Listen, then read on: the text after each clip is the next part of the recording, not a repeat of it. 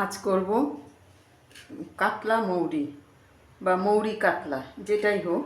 তো মাছটাকে আমি নুন হলুদ মেখে নিয়েছি, আর সেই সাথে একটা মশলার পেস্ট তৈরি করব।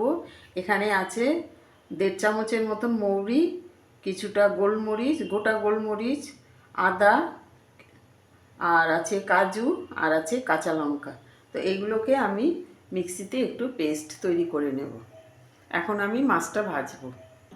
তেলটা গরম হয়ে গেছে, এখন আমি মাছগুলো ভেজে নেব। মাছটাকে আমি গোল্ডেন ব্রাউন করে ভেজে তুলে নিলাম।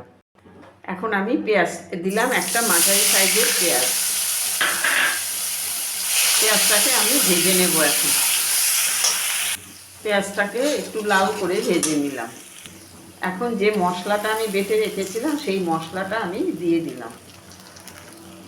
দিয়ে এবার মশলাটাকে ভালো করে কষিয়ে নেব।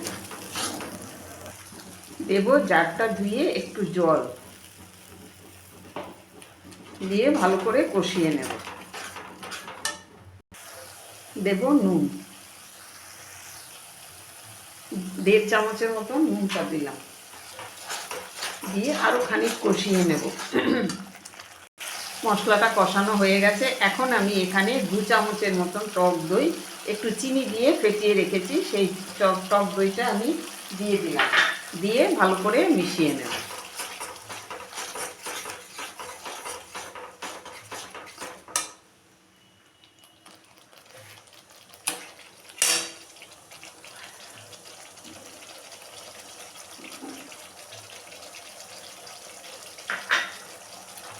এই অবস্থায় আমার গ্যাসের ফ্লেমটা একেবারে লোতে আছে। দিয়ে এখন আমি এটাকে ভালো করে নাড়তে থাকবো যাতে দইটা ফেটে না যায়। এটা চাইলে গ্যাসের ফ্লেমটাকে বন্ধ করেও দইটা মেশানো যায়। তো আমি এখন আরও খানিক কষিয়ে নেব। মশলাটা কষানো হয়ে গেছে, এবার মশলা থেকে তেলও বেরিয়ে এসছে। এখন আমি এটার মধ্যে জল মেশাবো।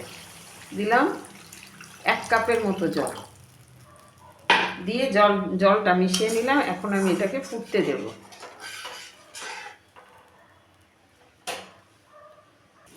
ঝোলটা ফুটে গেছে, এখন আমি মাছগুলো দিয়ে দেব।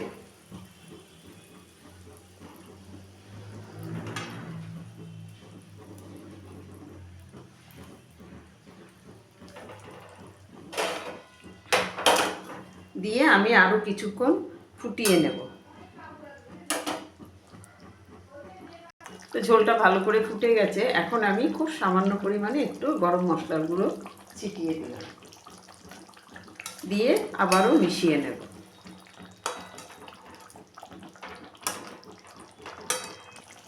রান্না আমার কমপ্লিট। আরেকটা উপকরণ আমার মেশানো বাকি আছে। দেব খানিকটা ঘি। ঘিটা দিয়ে দিলাম। দিয়ে এবার আমি আরেকটু মিশিয়ে নেব। রান্না আমি এবার নামিয়েও নেব। ঘিটা মিশিয়ে রান্নার আমি নামিয়ে নেব।